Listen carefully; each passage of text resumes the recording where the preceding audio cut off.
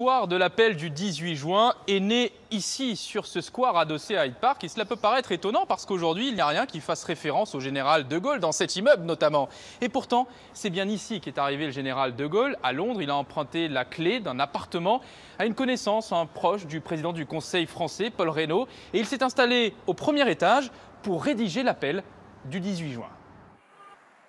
L'adresse n'a pas changé, c'est ici dans le centre de Londres, dans les prestigieux locaux de la BBC, le groupe audiovisuel public britannique, que le général de Gaulle va lancer son appel du 18 juin 1940. Un appel aux ouvriers, aux travailleurs, aux spécialistes de l'armement. Et la BBC n'a pas été choisie au hasard. À l'époque, elle émet en grandes ondes. Et le message du général de Gaulle va donc être entendu jusqu'en France.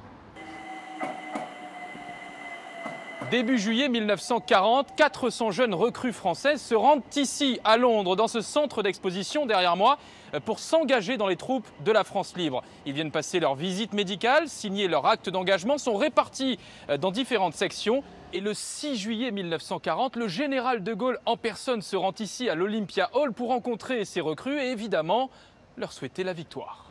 Dans Londres qui prenait son sens de capitale de la résistance, la France vivait.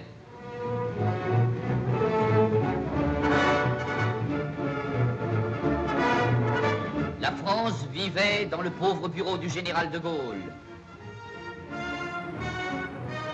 Nous sommes ici à Carlton Gardens et en juillet 1940, le Premier ministre britannique Winston Churchill propose au général de Gaulle que cet immeuble moderne devienne le QG des forces françaises libres. C'est ici que la stratégie de résistance va être élaborée. Et cet immeuble n'a pas été choisi au hasard. Il est situé à quelques encablures de Downing Street, mais aussi de Buckingham Palace.